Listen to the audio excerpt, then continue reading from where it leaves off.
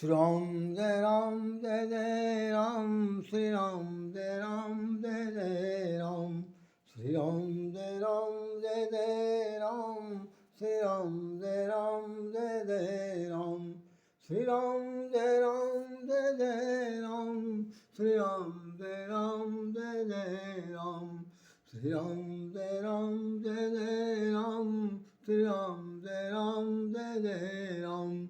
हरे राम राम राम हरे हरे, हरे कृष्णा कृष्णा कृष्णा हरे हरे, हरे राम राम राम हरे हरे, हरे कृष्णा कृष्णा कृष्णा हरे हरे।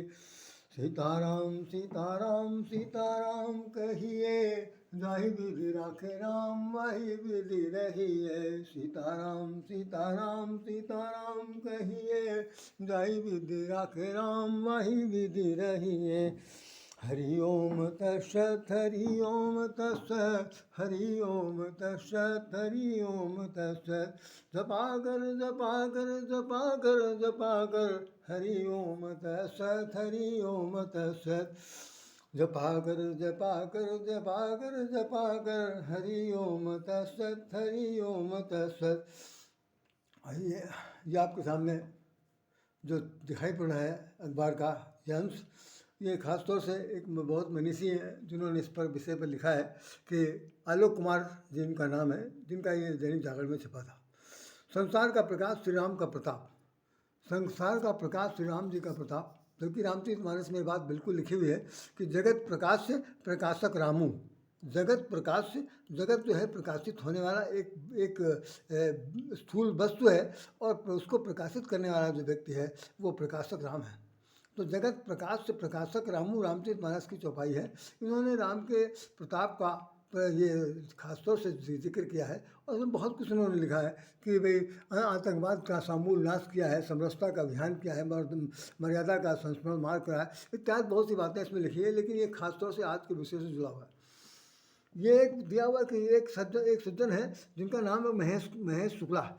इन्होंने लिखा है कि नई पीढ़ी पर रामत्व की अमृत बरसा। वास्तव में कि जब से ये कुछ जो परिवर्तन आया है, राजनीतिक परिवर्तन के कारण हमारे घर घर में अब कम से कम हिंदुओं के हर घर में छोटे छोटे बड़े से बड़े बच्चों लोगों ने मंदिर जाना शुरू कर दिया, भगवान की पूजा पाठ शुरू कर दिया है, यहाँ तक कि उनके चारित्रिक गुणों को सुनना समझना भी शुरू कर दिया। पहले इसमें बड़ी तटस्थता थी, कोई जाता था मनमानी नहीं जाता था, वैकल्पिक व्यवस्था थी, अब नहीं है। अब तो यह है कि भाई राम वास्तव में है संसार में, इसको मान करके उनके रामत्व की अमृत वर्षा हो रही है। ऐसा नई पीढ़ी के ऊपर ये जो प्रभाव पड़ रहा है उसको महेश जी ने अपने ढंग से लिखा है।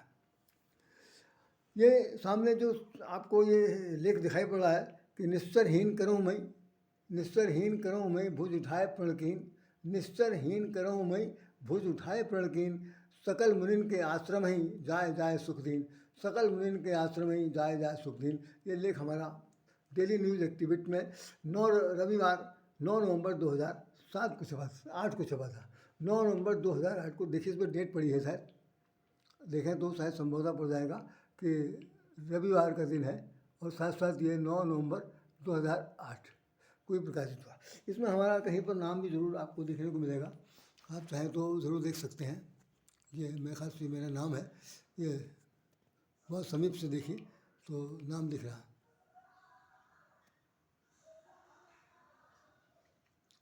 तो आज का विषय जो है देवशनी एकादशी के संबंध में 2 शब्द मुझे कहना है। ये जो प्रसंग से जुड़े हुए चित्र हैं इसलिए हमने इनको रखा। आपने देखा होगा कि रामचंद्र जी जो हाथ में दोनों भाड़ लिए हुए हैं कि वास्तव में क्या खास बात है, इसी पर एक विशेष चर्चा मुझे करनी है। अब आप सब लोग का ध्यान आकर्षण करना चाहूँगा कि निश्चरहीन करूँ मैं भुज उठाए प्रणकीन, सकल मुनिन के आश्रम ही जाए जाए सुखदीन।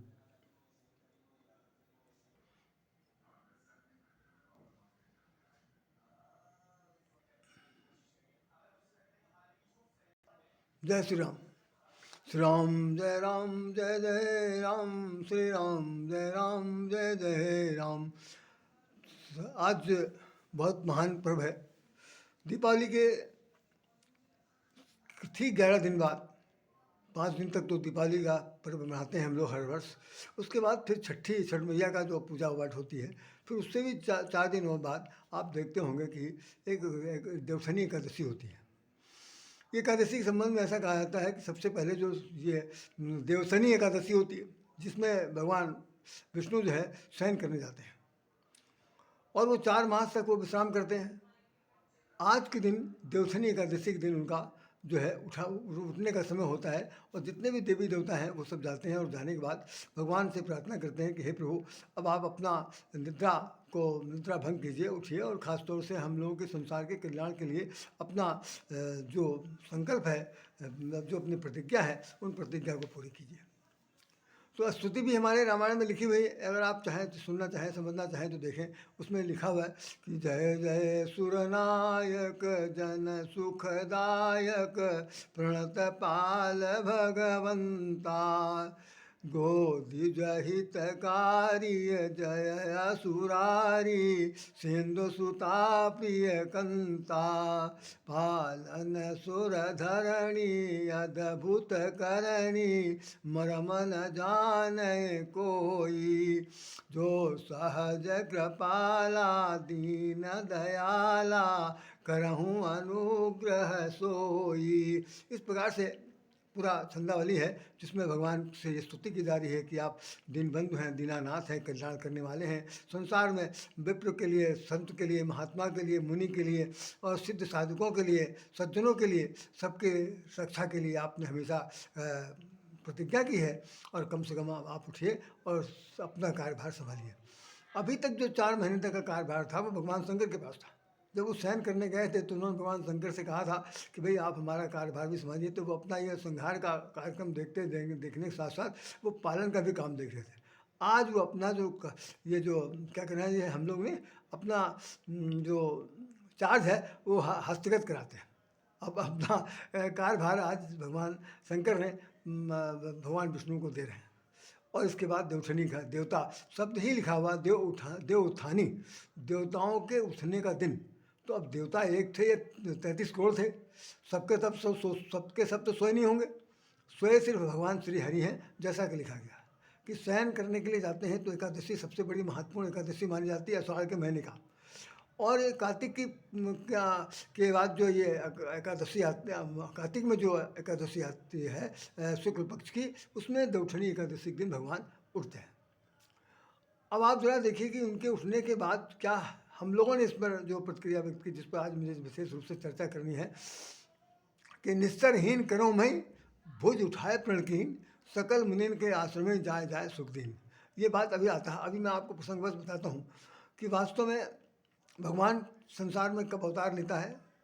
कम से कम हम समझते हैं कि हज़ारों बार लोगों ने पढ़ा होगा, लाखों बार लोगों ने अपने अपने ढंग से वर्णन किया होगा। सुनने वालों ने सुना होगा, नहीं सुनने वालों ने नहीं सुना होगा।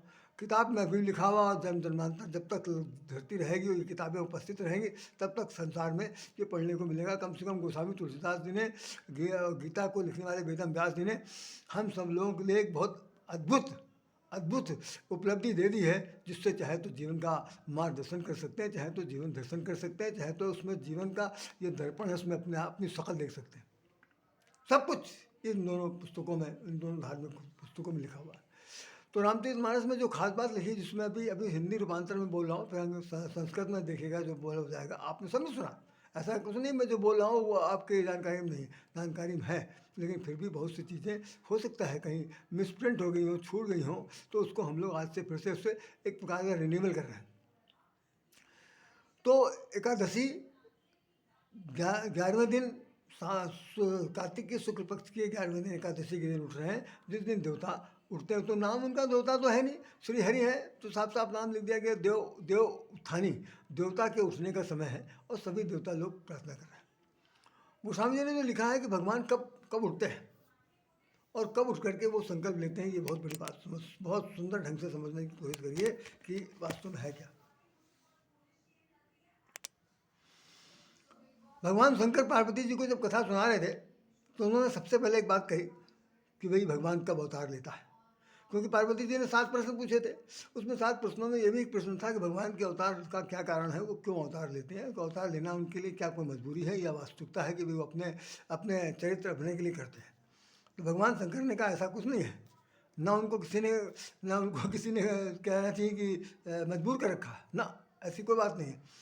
होता क्या है कि धर्म की स्थापना के लिए अधर्म करने वालों को नाश करने के लिए, संसार में जितनी भी दुष्टता है उसका संहार करने के लिए भगवान जो है वो संकल्प लेते हैं और उसकी पूरी प्रक्रिया करते हैं। जब जब होए धर्म के हानि, बाढ़ असुर अधम अभिमानी। जब जब होए धर्म के हानि, बाढ़ असुर अधम अभिमानी। तब तब धरि प्रभु विदित शरीरा, हरहि कृपा निध सज्जन पीरा। भगवान शंकर कह रहे हैं कि जब जब धर्म की हानि होती है, अधर्म का विस्तार होता है, जब जब हो धर्म की हानि, बाढ़ असुर, असुर देवता की देवत्व बुद्धि का जहाँ पर नाश हो जाए, जहाँ पर हर प्रकार से आसुरी प्रवृत्ति जाग जाए और आसुरी प्रवृत्ति का व्यवहारगत जीवन में दिखा जाने लगे, उस स्थिति में क्या होता है कि बाढ़ ही, आप इस शब्द को अंडरलाइन कर लीजिए। जैसे नदी में बाढ़ आती है ऐसे है, जैसे सावन के महीने में, बरसात के महीने में मेढक बिलबिलाने लगते हैं, इस तरह हर जगह जगह गली कूचे में कोई ऐसा स्थान नहीं बचता जहाँ पर कि आसुरी प्रवृत्ति के लोग न रहते हों। उन सभी को के द्वारा जो संसार में अव्यवस्था छा जाती है, उनके द्वारा एक प्रकार का जीवन जीने का संकट आ जाता है। उस संकट का निवारण करने के लिए गोस्वामी जी तुलसीदास जी ये कह रहे हैं और भगवान शंकर उनको समझा रहे हैं कि तब तब धरि प्रभु विदित शरीरा।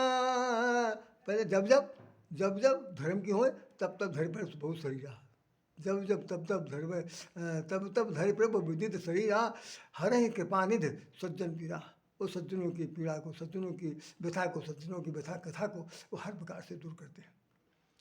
तो ये बात बहुत समझने की है कि जो श्री राम की कथा का एक हमारे महात्मा थे, बहुत परम पूज्य पिताजी, पिता के जी परमात्मा के बारे में उन्होंने कहा था कि कथा का सबसे बड़ा अर्थ यही है कि राम कथा सुनने से यदि मानसिक व्यथा दूर नहीं होती तो वो कथा नहीं है, कहानी है। कथा तो सिर्फ यही है कि राम कथा, उस पर एक दोहा लिखा है गोस्वामी जी ने कि राम कथा मंदाकिनी चित्रकूट चितुचार, राम कथा मंदाकिनी चित्रकूट चितुचार, तुलसी सुभग स्नेह बन सिय रघुवीर विहार। कहने राम कथा क्या है, मंदाकिनी नदी है। अब नदी जिस प्रवाह से बहती सबको मालूम है, नदी छोटी हो चाहे बड़ी हो, जो उसके बहने का जो प्रभाव तो कहने क्या। तो राम कथा जो है वो मंदाकिनी नदी है और चित्रकूट में है। चित्रकूट चित्तचार, जिसका हृदय चित्रकूट के समान सुंदर पवित्र है। चित्त माने मन, चित्त माने चित्त को मन ही कह सकते हैं, यहाँ पर तो दूसरा कोई अर्थ लेना ठीक नहीं है। तो चित्त, जिसका मन चित्रकूट की भांति है। तो माँ राम कथा मंदाकिनी चित्रकूट चित्त, चित्त जो है वो मंदाकिनी नदी के किनारे पर है। मन, चित्रकूट चित्तचार, चारों माने सुंदर, चारों माने पवित्र, जो पवित्र मन मंदाकिनी नदी के किनारे है चित्रकूट के समान।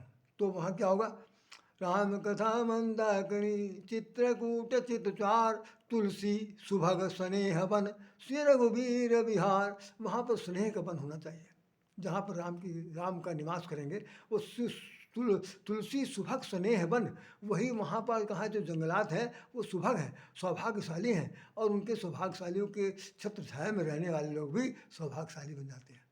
तो राम की कथा जहाँ पर होगी, राम कथा मंदाकिनी नदी हो जाएगी, उस कथा की उस नदी के पास चित्त का अपने मन को पवित्र करने के लिए वहाँ पर स्नान ध्यान करना है, कथा के अमृत में निवास अपने आप को कहना चाहिए, स्नान कराना है। और उसके बाद ये गोस्वामी जी कह रहे हैं कि वो सभी वन भाग्यशाली हैं, उन भाग्यशाली वनों में वो भाग्यशाली पुरुष हैं जो उनकी छत्र छाया में निवास करते हैं। तो चलिए साहब, हमारे भगवान राम ने, भगवान के लिए जो कह दिया गया, इस बात को गीता में भगवान ने क्या कहा, यही बात भगवान गीता में कह रहे हैं। यदा यदा ही धर्मस्य ग्लानिर्भवति भारत, अभ्युत्थानं धर्मस्य तदात्मानं सृजाम्यहम्। परित्राणाय साधूनां विनाशाय च दुष्कृतां, धर्म संस्थापनार्थाय संभवामि योगे।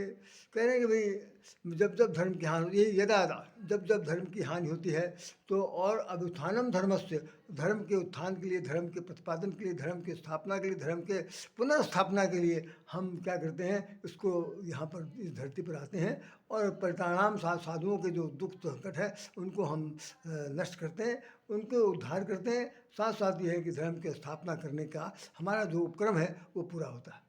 तो इसमें अर्थ लिखा हुआ है कि हे भारत, हे अर्जुन, जब जब धर्म की हानि और अधर्म की वृद्धि होती है तब तभी मैं अपने स्वरूप को रचता हूँ, अर्थात साकार रूप से लोगों के सम्मुख प्रकट होता हूँ।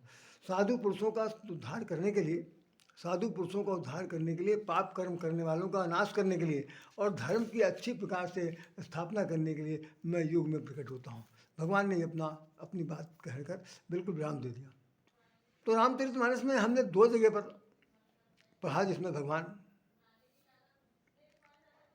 सृष्टि के कल्याण के लिए, इंटरनेशनल क्या कह सकते हैं कि अंतर्राष्ट्रीय जैसे हम लोग कह सकते हैं, इसलिए कि विश्व के कल्याण के लिए भगवान ने सिर्फ 2 जगह पर, हमने रामायण से 2 जगह पढ़ा है, बाकी तो अन्यत्र कहना चाहिए इंडिविजुअल तो सभी लोगों से कहा, लेकिन 2 लोगों को आश्वासन दिया, 2 जगह पर आश्वासन दिया जो अपने आप में बड़ा महत्वपूर्ण है। पहला सुन लीजिए, आज जो ये देवसेनी एकादशी, इस पर मैं जो बोल रहा हूँ कि इस एकादशी में उन्होंने किस तरह से क्या कहा, उसे समझने की जरूरत है। पहला वो कहते हैं जब देवता लोग उनसे गए प्रार्थना करने के लिए,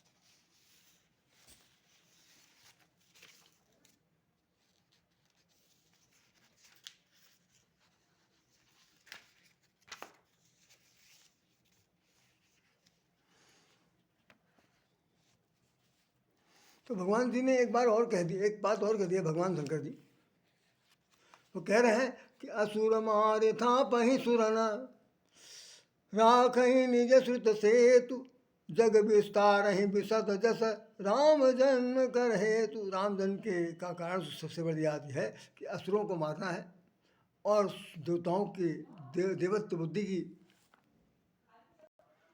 तो जो भगवान की स्तुति की गई और उन्होंने ये बात कही, तो हमने आपको सिर्फ बताने की कोशिश की कि सिर्फ रामचरितमानस में सिर्फ मैंने 2 जगह पढ़ा है।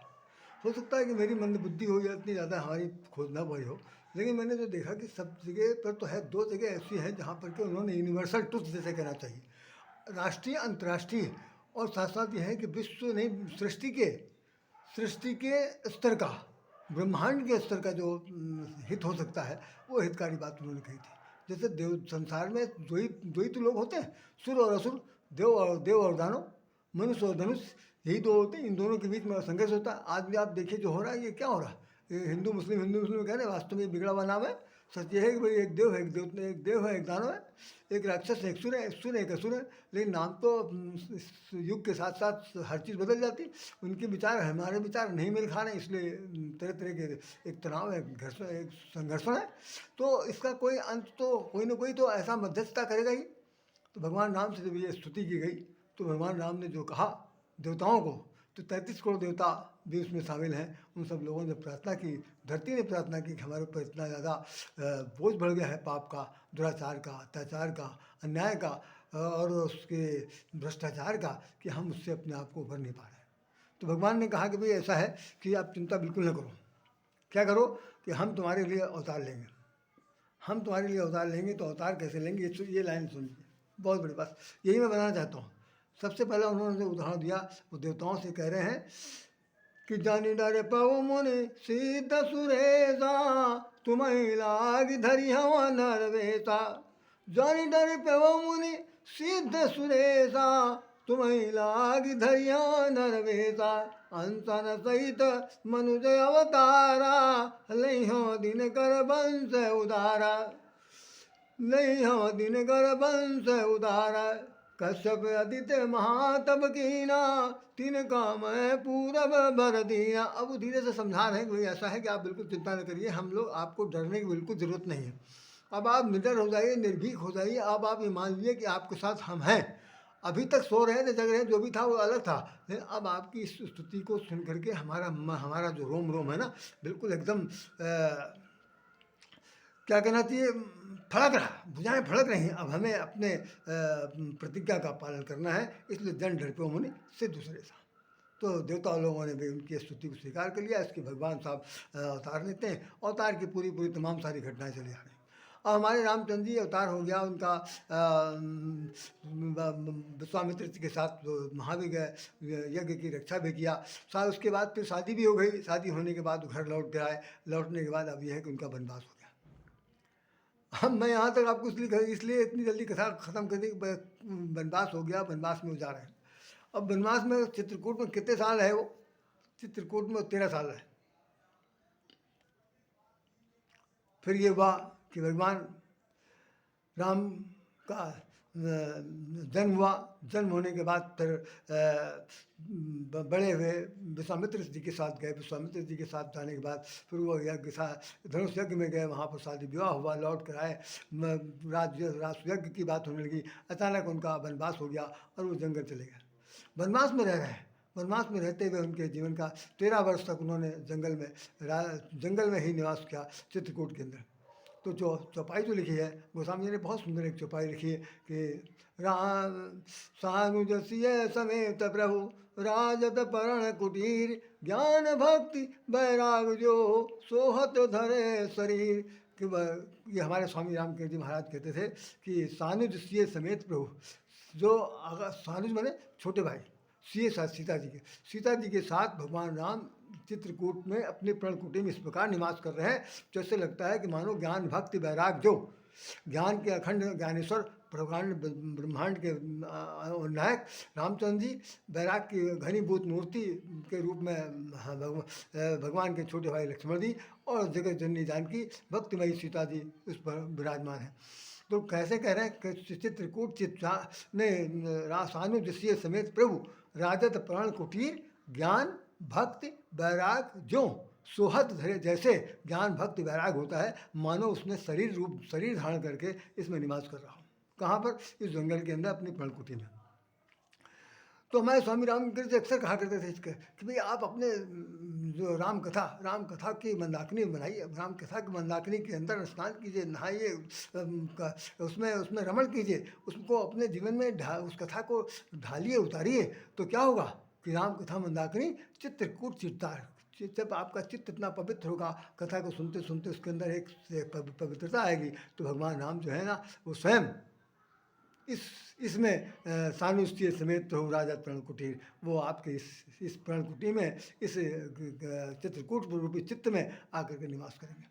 तो सबसे पहले कि आपको राम कथा रूपी मंदाकिनी में स्नान करना है, कथा सुननी है, कथा में रमण करना है, कथा को अपने जीवन में ढालना है। और वो अक्सर कहते थे कि जो कथा व्यथा दूर नहीं कर सकती, वो कथा नहीं कहानी हो सकती। जैसा कि हमने महात्माओं के मुखारबिंद से सुना, तो निश्चित रूप से इस कथा को सिरे सुनने में विस्तार दे दिया।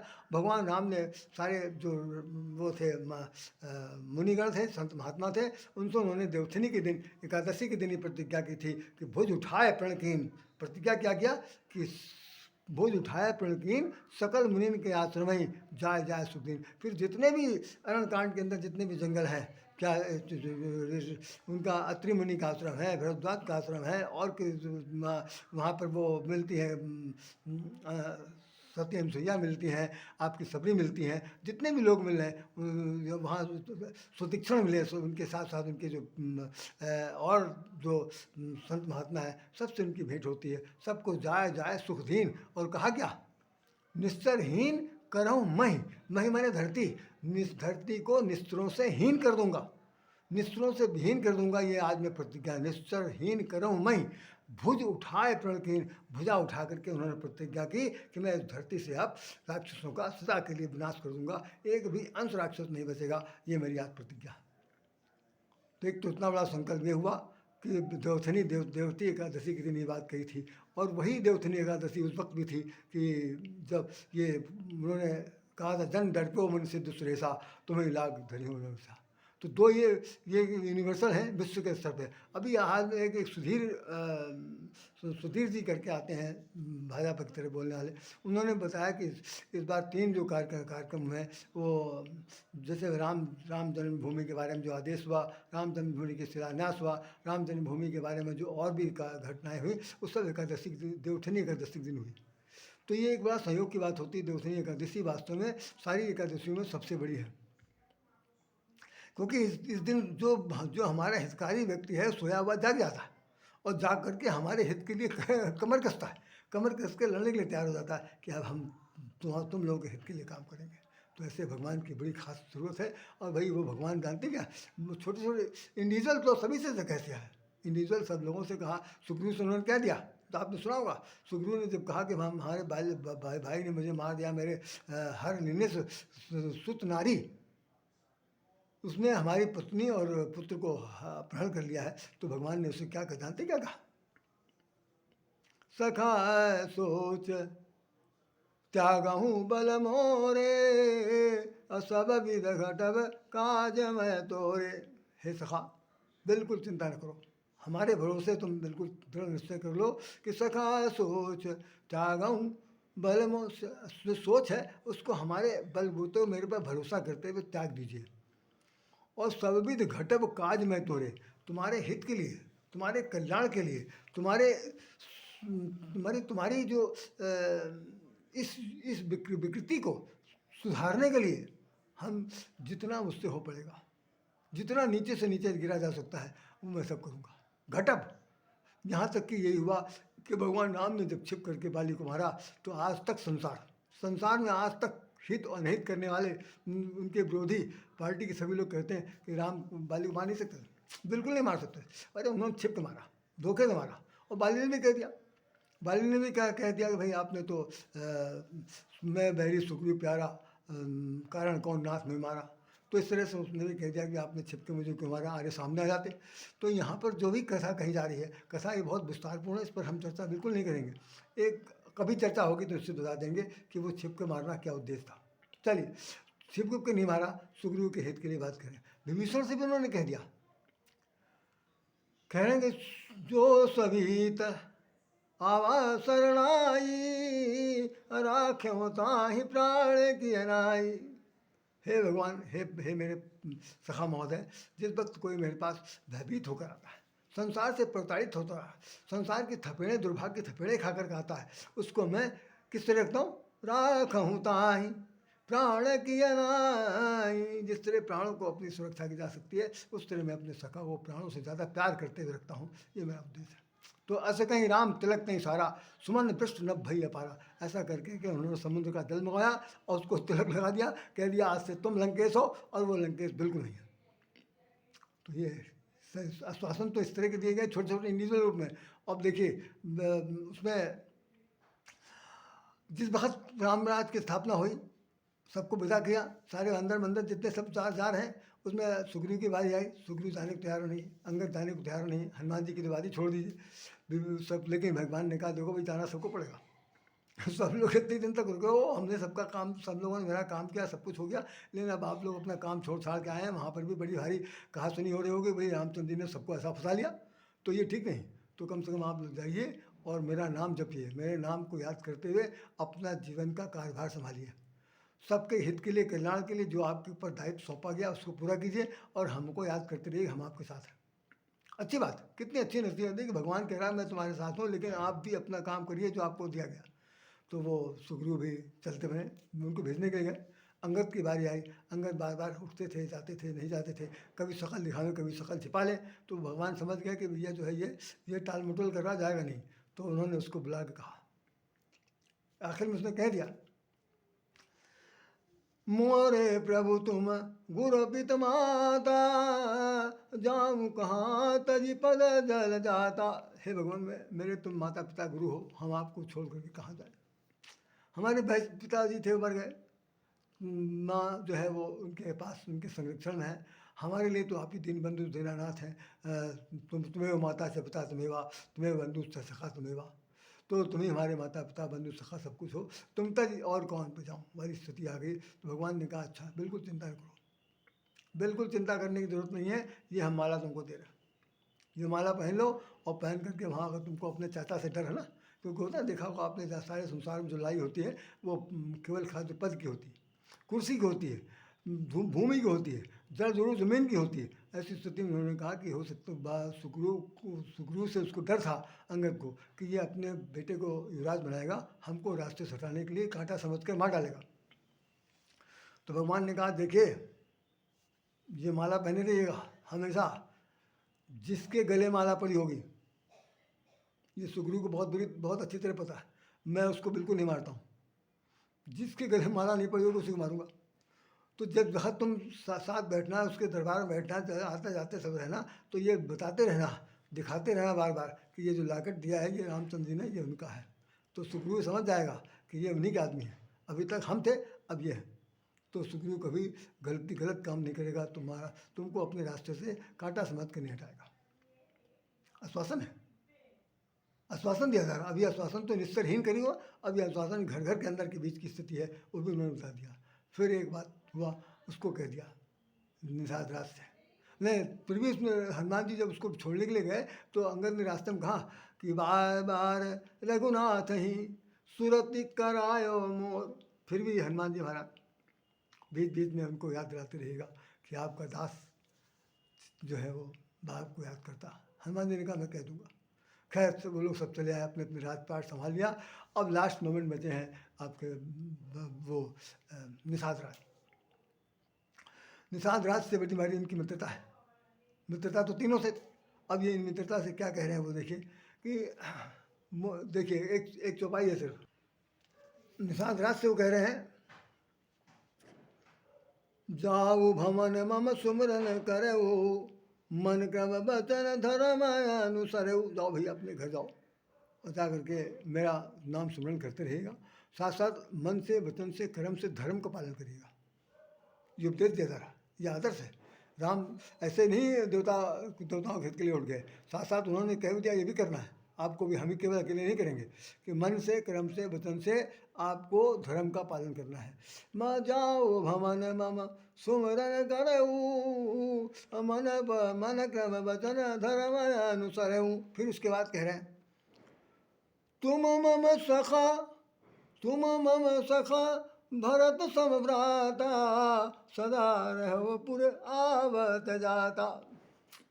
बहुत बड़ी बात कह दिया। हम आप सब लोगों को इसको अंडरलाइन कर लेना चाहिए। उपयोगिता के संदर्भ में सबसे उच्च कोट की बात कही गई है कि सदा रहो पुर आवत जाता। एक जगह पर और कहीं हमने पढ़ा है, उसमें लिखा था कि सखा धर्म निभय यही भांति, सखा धर्म निभय यही भांति सदा रहो पुर आवत जाति। एक दूसरी चौपाई है कि तुम मम सखा भरत समभ्राता सदा रहो पुर आवत जाता। देखिए भाई ऐसे दोस्ती नहीं निभेगी, मित्रता ऐसे नहीं चलने वाली। कभी हम आपके घर, कभी आप हमारे घर, कभी आप हमारे कुशल छेम पूछने आए, कभी हम आपके घर आए। ये नहीं कि जो बैठ गए तो बैठ गए, अब लगे पानी पिला रहे हैं। आना होगा तो कोई आएगा तो बोलेगा तो कह देंगे अब तो मोबाइल है इसलिए मिलने जुलने वाले बातें खत्म हो गई सदा के लिए। समझ लिए, मोबाइल ने सदा के लिए एक दूसरे से मिलना बंद कर दिया। एक सेकंड में समाचार पहुंच जाता है, एक सेकंड में आपका समाचार पहुंच जाता है, दुख भी पहुंच जाता है, हाँ सुख भी संभव पहुंच जाता है, कोई किसी घर जाता नहीं। इतना ज़्यादा मुट्ठी में जो कहते विज्ञापन आता था कभी इसके साथ, ये सारा संसार जो है वो संचार दूर संचार व्यवस्था के मुट्ठी में है। आज मुट्ठी में नहीं, मैं तो कह रहा हूँ उंगली में भी है, केवल उंगली के पोरों में कि इसी को यूँ करिए सब कुछ हो जाता। तो आत्मीयता खत्म हो गई, बंधुत्व खत्म हो गया। बंधुत्व का जो स्नेह था, उसका जो कहना चाहिए व्यवहार में देखने को मिलता था, उसका समापन हो चुका। हम तो ये समझते हैं कि ये सब होते हुए ये जितने भी ये इलेक्ट्रॉनिक इंस्ट्रूमेंट्स हैं वो एक दरकिनार करने के बाद अपने विचारों को, अपने भावनाओं को, अपनी अभिव्यक्ति के लिए कम से कम जो हमेशा से आते जाते रहे उन्होंने आना जाना न बंद करें। नहीं तो मन में भावना यही रह जाएगी कि देखो भाई। मुझे अपने जीवन के बहुत से ऐसे पल याद हैं, मैं ज़्यादा यहाँ बिल्कुल नहीं वर्णन करूँगा। कम से कम चार उदाहरण तो मैं आपको तत्काल दे सकता हूँ कि जिनसे मैं मिलना चाहता था और मैं रोज़ सोचता था आज जाऊँगा आज जाऊँगा आज जाऊँगा आज जाऊँगा, अचानक एक दिन मैं वहाँ पहुँचा तो मुझे मालूम पड़ा वो नहीं रहे, वो नहीं रहे। और उनके जिस जिस किसी ने ये बताया उसने कहा कि वो आपको बहुत याद करते थे। मुझे बड़ा अफ़सोस हुआ कि यार मैं चला गया होता तो ठीक है, नहीं तो ऐसे कई उदाहरण आपको बता दूं। तो निश्चित रूप से आप ये मान के चलिए कि समय का सदुपयोग करिए। समय बड़ा बलवान है, ये कभी किसी को छोड़ेगा नहीं, जिसकी बारी आएगी वो पहले ले जाएगा। और आज जो जिससे मिलना चाहते हैं, जिससे जुड़ना चाहते हैं, जिनसे राम को समझकर, राम का अंश समझकर, भाईचारा समझकर आप लोगों को चाहें तो उनसे संपर्क में कभी कमी न लाइए। नहीं तो भैया ये संसार है, हर एक की बारी आएगी कि गोस्वामी ने लिखा है विनय पत्रिका में, हम कई धन धाम समारे, अंत चले उठ रीते, सहस बाऊ 10 बदन आदिनप बचे ने काल बलीते। हम कई धन धाम समारे, हम सहस बाऊ 10 बदन आदिनप बचे न काल बलीते। हम कई धन धाम समारे, अंत चले उठ रीते। हाथ खाली, अंत चले उठ रीते। दूसरा रीते का मतलब हुआ खाली हाथ गए, दूसरा जो जो रीत रिवाज है कि जो जिंदा हुआ मरेगा। अंत चले उठ रीते, तो गोस्वामी जी कहें क्या होगा, मन पछतई है अवसर बीते, मन पछतई है अवसर बीते, दुर्लभ देह पाई हरि पद पद, करम बचन रुहीते, दुख मन पछतई है अवसर बीते। तो हे भगवान, हे भाइयों, हे मित्रों, हे सखा, हे सभी मेरे शुभचिंतकों, परम स्नेही मित्रों, सबसे मेरा निवेदन यही है कि समय रहते हुए जो आपको मन में आ गया है, अपनी अवस्था उम्र देख लीजिए, या नहीं है तो उम्र अवस्था को हटा दीजिए कि जिसके पास जाना चाहिए, मिलना चाहिए, उससे मिलते रहिए। नहीं समय कभी किसी को बख्शेगा नहीं, और आखिर में हाथ मसलना पड़ेगा कि हमने बहुत बड़ी चूक कर दिया। तो इन्हीं शब्दों के साथ राधे श्याम राधे आपसे निवेदन करता है कि भाई भगवान ने जो निश्चय किया है कि अपने जीवन से, अपने धरती से निशाचरों को मिटा दूंगा, उसी तरह आप भी अपने मन में निश्चय कर लीजिए कठोर सत्य के साथ कि मैं भी अपने मन से जितने भी निशाचरी प्रवृत्ति है, जितनी भी कुप्रवृत्ति है, जितनी भी दुष्प्रवृत्ति है, जितनी भी विनाशक कुरीतियाँ हैं मान मस्तिष्क में बनी है, उन सब का हम निपटाएंगे। और साथ साथ ये है कि अपने आप को पवित्र चित्रकूट बनाएंगे जिसके अंदर भगवान निवास कर सकते हैं। ऐसा आप कर सकते हैं तो ठीक भैया, नहीं तो यहीं इसी में दुष्प्रवृत्ति रहेगी, इसी में कुप्रवृत्ति रहेगी, आदमी जिएगा मरेगा, ख़त्म हो जाएगा। तो मैं समझता हूँ इसी के साथ साथ एक बार ये कह दें कि जाही विधि रखे राम वाही विधि रहिए, सीताराम सीताराम सीताराम कहिए, जाही विधि राखे राम वाही विधि रहिए, सीताराम सीताराम सीताराम कहिए, अवसर मन पछतई है अवसर बीते, दुर्लभ देह पाई हरि पद भज, करम बचन अरुहीते। तो ये सब चीज़ें हमने आपको बता दिया। आपको कितना हमारी बात अच्छी लगी वो आप न समझिएगा, और यदि अच्छी लगी तो इसको और लोगों को बताइए। लेकिन संकल्प जरूर करिए, जैसे भगवान ने निश्चय कर लिया है कि निस्तरहीन करो मई, भुज उठाए प्रणकीन, सकल मुनीन के आश्रम में जाय जाय सुखदीन। आप भी दीजिए जय श्री राम, जय श्री राम।